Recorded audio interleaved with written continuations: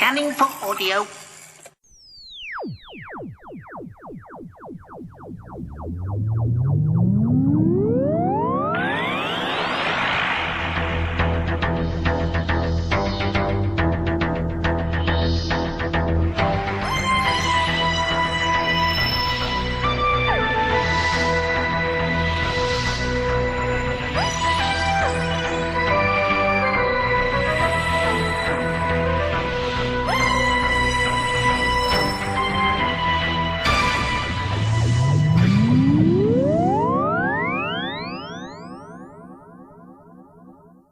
Did you see what John Barrowman's had installed in his house? The back half of a 22-year-old man who got stuck for 11 hours. Torch wood. Welcome. Welcome once again to the Tin Dog Podcast, number 107. This podcast's been recorded in different parts. The main section of this show is a review of the 2005 series story, Dalek, which was recorded a fortnight ago while I was out for a walk in the park. So I'm sorry if there's any variant in sound levels, although there shouldn't be. This week's show is also dedicated to John Branning for donating to help the Tin Dog Podcast keep broadcasting. Thanks, John. It really means a lot to anyone who gives anything to help this show keep going. As well as Dalek, I'll be talking about Dreamland, the new animated 10th Doctor story, The Gift, the end of the Sarah Jane Smith series, and of course, as is traditional, we'll have a Whostrology. Remember, if you'd like to buy a Whostrology for someone for Christmas, act now. Go to eBay, type in Whostrology, WHOSTROLOGY, and I'll do my best to get them to you long before Christmas. Before I do that, of course, there is the big breaking news, not covered anywhere else, that there's going to be a Torchwood Coronation Street crossover. Here's a sample taken from Monday's episode. Do you know what I saw today? A weevil. Just sitting there looking at me. Like not a care in the world. Do you know I can't stop thinking about this weevil? I think there might be thousands of the little beggars lurking about. I'm going to have to bottom them cupboards. Oh, better still, why don't you give them a good talking to? If that doesn't make them leave, I'll take a flamethrower to them. Deirdre Rashid, or Barlow, or whatever she's called these days, is destined to become queen of the Weevil people. More on those breaking stories as it happens.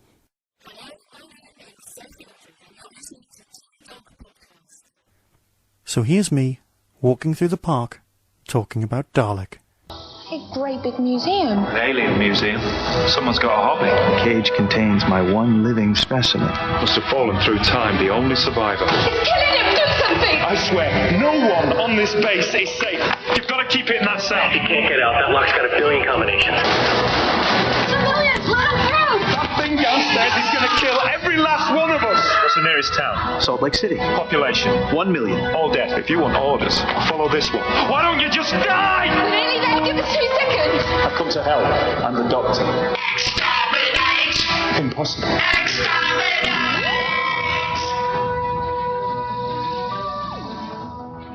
Recorded live in a park on a wonderful autumn afternoon.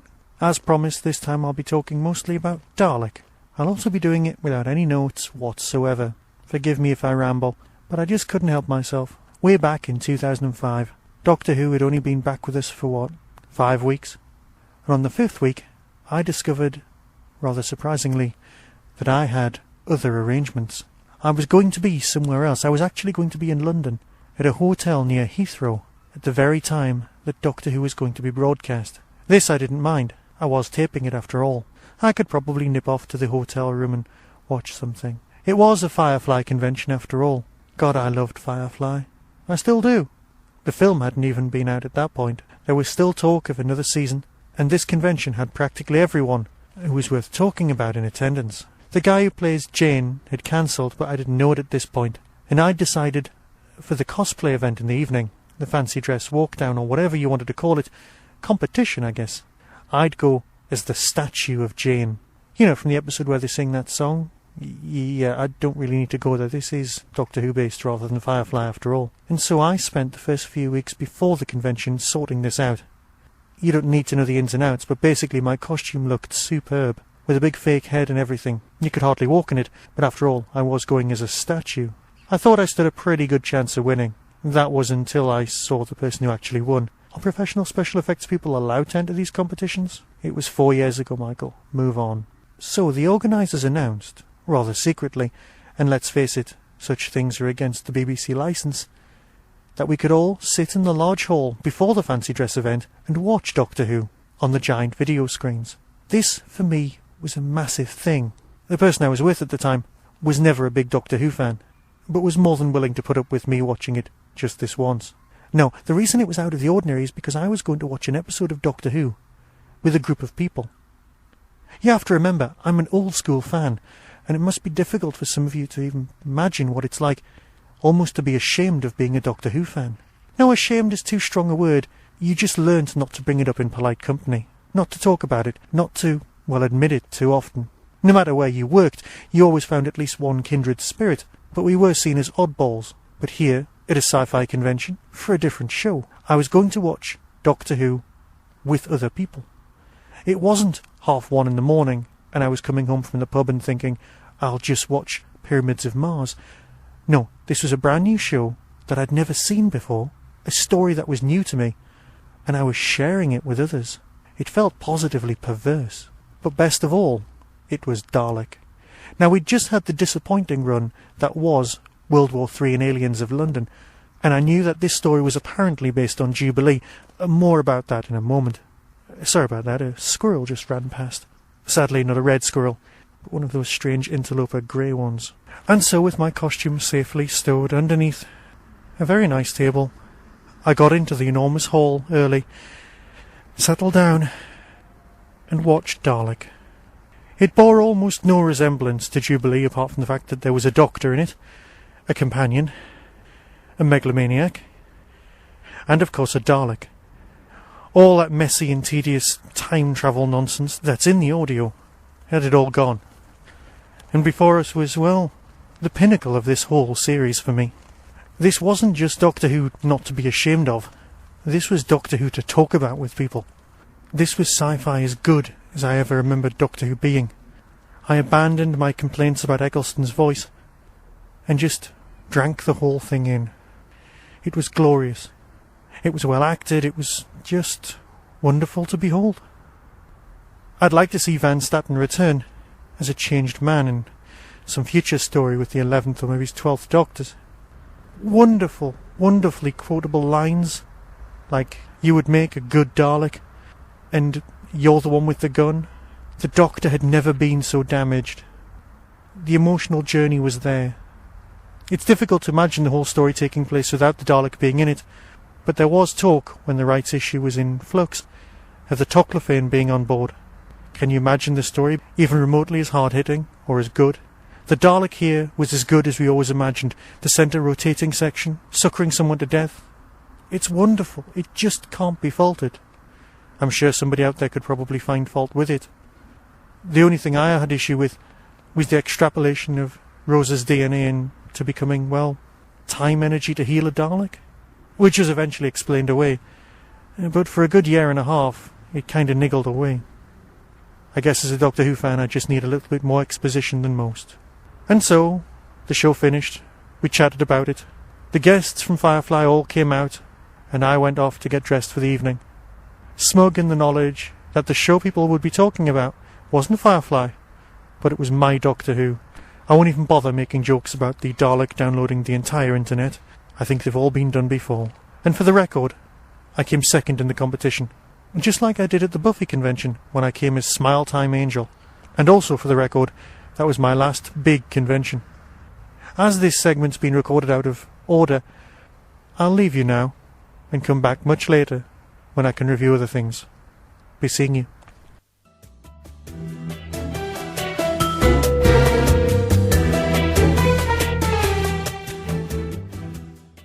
Which brings me on, rather nicely, to Dreamland, the 10th Doctor, and his animated trip to America's Area 51.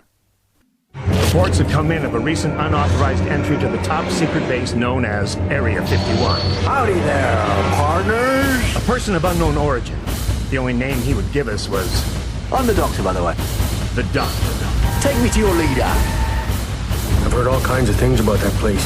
None of it's good. Look out! Dreamland? Oh, I've always wanted to go there. Doctor Who, Dreamland. From Saturday on Red Button. Another dimension of Doctor Who. Set 11 years after the original Roswell crash. And yes, for those pedantic people out there was already a missing adventure set at Roswell, with the Seventh Doctor and the Master being the American base's scientific advisor. Yes, I know this exists, and whether it's canon or not, you can argue amongst yourselves, but we're talking about Dreamland now. And I am in two minds. I liked the flash animation that we've had in the past. The characterization and the design was very nice. But here, they've outdone themselves. The sets looked fabulous. If you'd shelled out your hard-earned cash for a computer game and the backgrounds looked like this, and the cars and the vehicles and the buildings and the scenery in general, you'd be well impressed. They were well designed, well thought out, and well constructed. Direct from former Doctor Who magazine editor gave us a fast-paced and tightly packed story. For those of you who haven't seen it via the Red Button, there is an omnibus edition available this Saturday morning at 10 AM on BBC Two. But in order to review it for this show, I recorded each show every day and edited them all together so I could watch them all in my own homemade omnibus edition. I like Dreamland. That's not to say it's perfect. The animation of the actual characters left a lot to be desired.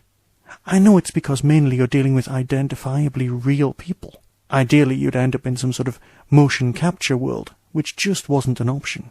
The hand movements are reminiscent of Resident Evil 1, waving around and just being, well, unanimated. The female character, voiced by Georgia, was, well, I'm sorry to say, her face looked like a blow-up doll. Now, if you didn't like the animation, what you could do, and what I know many people have done, is simply record the sound, or shut your eyes, and listen to it. It's a great 10th Doctor story. Okay, it has its flaws, but what story doesn't? Given in much larger palette than usual, it is easy to spoil Doctor Who and wander off from what can only be described as the classic storytelling thing. Does a Doctor Who story, given a larger scope, make it less of a Doctor Who story? That's something for debate by people with larger minds than me. It's not the greatest story of all time, but it's well worth not ignoring. A long time ago, when Doctor Who wasn't coming back, I often talked in the pub, as Doctor Who fans often do, about what we'd do if we'd won the lottery. And I, for one, at the time, wanted to get the rights for Doctor Who and start work on Doctor Who an animated series.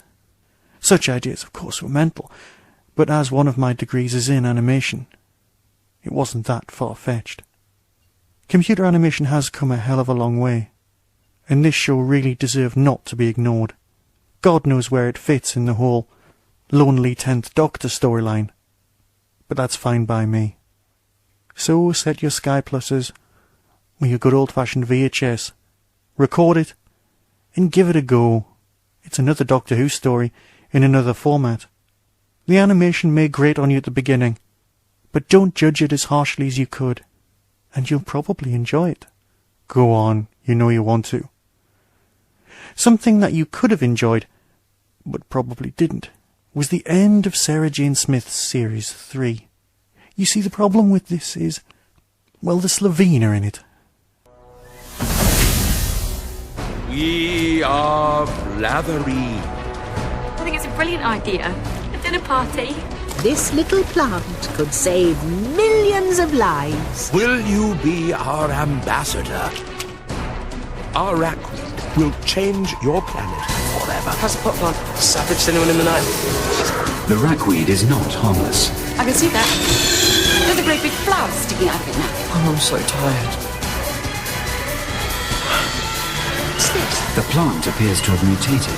It will send its victims into a deep, deep coma, from which they will never return. Mr. Smith, I need you. Mr. Smith, please, help us. Now, as you all know from my review of World War III and Aliens of London, I'm just not a fan of the Slovene. And here we have a Slovene story that tries to depart from the standard. The Blatherine, distant cousins of the Slovene, turn up in order to make up for problems caused by the Slovene. You know for a fact things are going to go horribly wrong, and the fact that they're voiced by Simon Callow and Miriam Margolis, known to some people out there as the voice of the Cadbury's Caramel Rabbit. You know that high-standard performances are all round. And that's fine by me. And it is well acted. The actor playing Clive manages to pull off a really good set of performances here. His lines are very well thought out. I just can't quite put my finger on it, apart from the fact that the Slovene are in it. And the fact that the storyline is far, far too similar to Claws of Axos. But how many 8-year-olds out there have seen Claws of Axos? Yeah, I got a smile at the very end when Sarah Jane Smith unknowingly quoted the Fifth Doctor by saying there should have been another way. And everyone watching went, nah, we don't really care. I'm glad there wasn't another way. It's just that, with the exception of the Mona Lisa story, this has been quite a strong season. Enjoyable, funny, everything that Torchwood wasn't. I've enjoyed it. I know there are people out there who want to disagree with me, and if you want to disagree with me about me not liking the Slovene, you're more than welcome. Before I move on to read the Whostrology, I just want to say that Doctor Who magazine had a competition in issue 400. What does Doctor Who mean to you? The winner would get to go to the set of Waters of Mars and interview various people. Now, apart from the fact that only one of the winning entries was of an age even remotely similar to mine, which made me feel so very old, I was a little bit angered by the fact that, well, the winner's entry seemed to actually not be their work. Some girl had asked her teacher what Doctor Who meant to them, and she'd written it down. Surely that's the teacher's work. All she was a glorified secretary. I'm not bitter. Much. I entered the competition myself, and if you don't mind, I'm going to read out my entry to the competition itself, on the grounds that I really didn't win. What Doctor Who means to me. 400 words.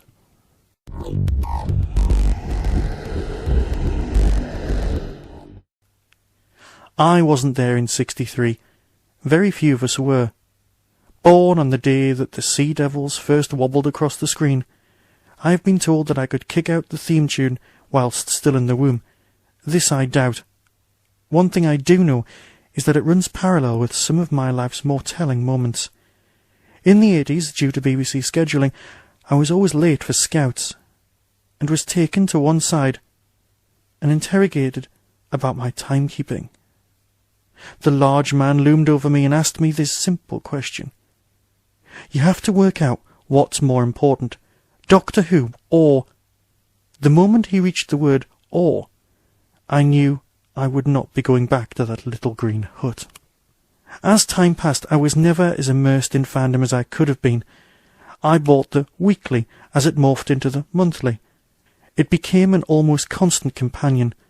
I moved from school to university and beyond, dragging my love of the Time Lord with me. We had become secretive, us dyed-in-the-woollen scarf people, and by 89, when the doctor said, somewhere the tea was getting cold, we all knew that the tea had been going cold for a long time, but we still wanted to drink it deeply.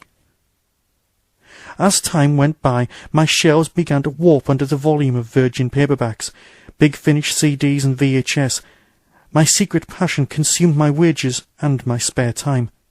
Others never truly grasped the hold that a dead TV show could still have over me. It was never the perfect format, it was something much deeper. A place with moral codes, where gods were nothing more than aliens with ideas above their station, and violence was the last resort. Where one unarmed man was enough to change everything. But now our Doctor has returned to us. We are the fans of the old school. We are the lovers of the new show. How were we to know that our brave new world would revolve around Cardiff? However, the thing I truly can't believe is that after 400 issues, I'm about to do something I've not done since I cut out my join unit vouchers. I'm going to take scissors to a pristine issue, allowing me to enter a competition. I feel like I'm cutting up an old friend.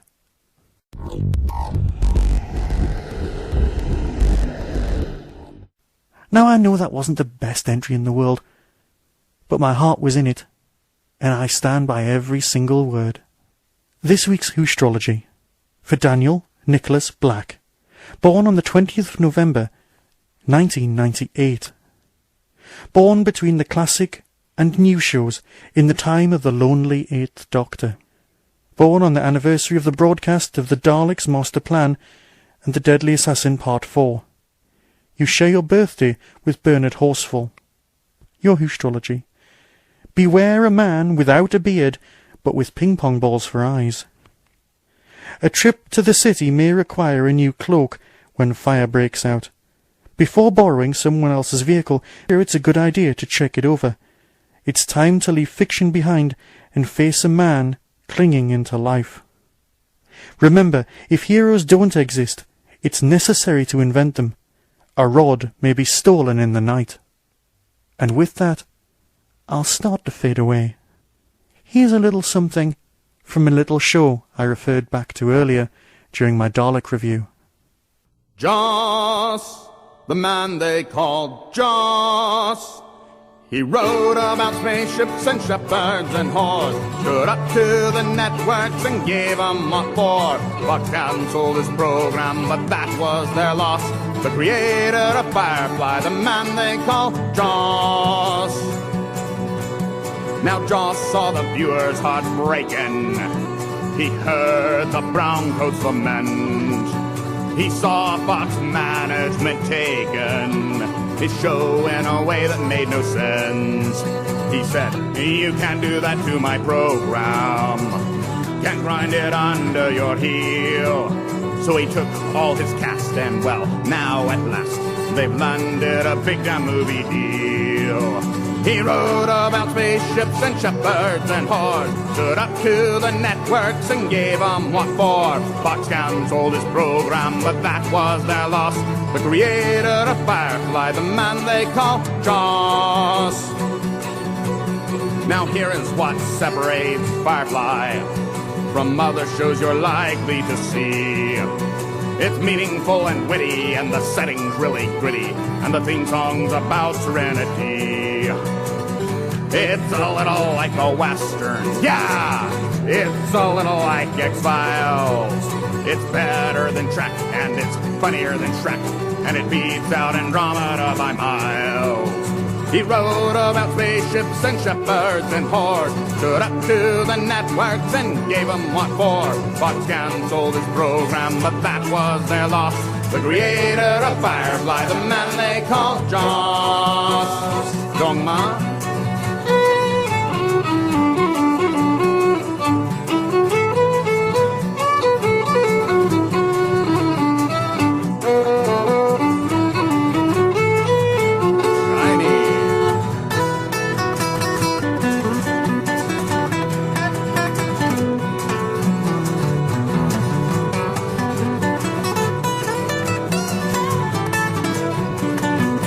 He wrote about spaceships and shepherds and whores, stood up to the networks and gave them what for. Fox cancelled his program, but that was their loss. The creator of Firefly, the man they call Joss. Now here is what separates Whedon from writers who slave in the core. The man they call Joss, well, he said to Fox, I'm going where no show has gone before. He told us about Reavers. He told us about Sin. He took us to the black and we ain't coming back till all those crazy browncoats rise again. He wrote about spaceships and shepherds and whores, stood up to the networks and gave them what for. Fox cancelled his program, but that was their loss. The creator of Firefly, the man they call Joss. So until next time, be seeing you. Now, in case you missed it earlier, Here's another chance to look into the future, a super special sneaky peek at this year's Doctor Who Christmas special. So hold on to your sonic screwdrivers, because the Doctor will see you now.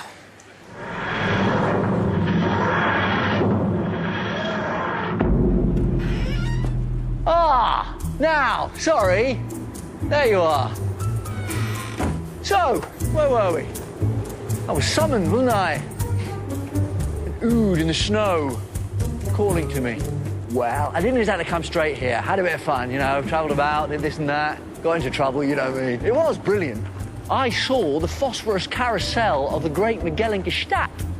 Saved a planet from the red carnivorous maw. Named the galaxy Allison. Got married. That was a mistake. Good Queen Bess. And let me tell you, her nickname is no longer... Anyway.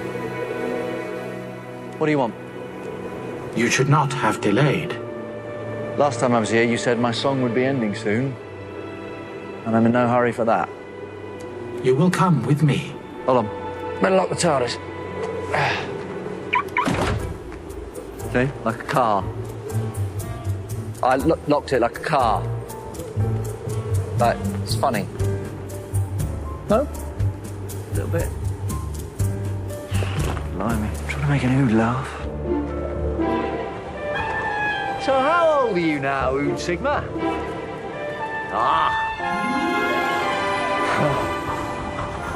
Magnificent. Oh, come on, that is splendid. You've achieved all this in how long? 100 years. Then we've got a problem. Because all of this is way too fast. Not just the city, I mean your ability to call me. Reaching all the way back to the 21st century. Something's accelerating your species way beyond normal. And the mind of the Ood is troubled. Why? What's happened? Every night, Doctor. Every night we have bad dreams. Returning. It is slowly returning through the dark and the fire and the blood. Always returning to this world. It is returning, and he is returning, and they are returning, but too late. Too late. Far too late. He has come. Sit with the Elder of the Ood and share the dreaming. So, right.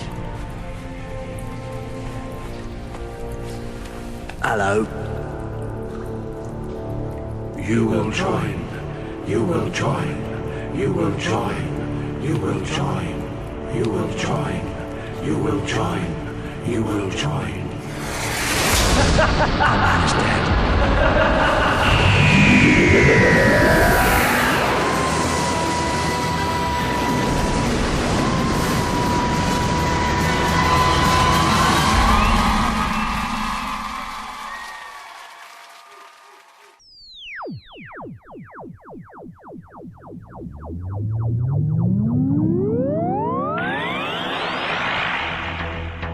You have been listening to the Tin Dog Podcast.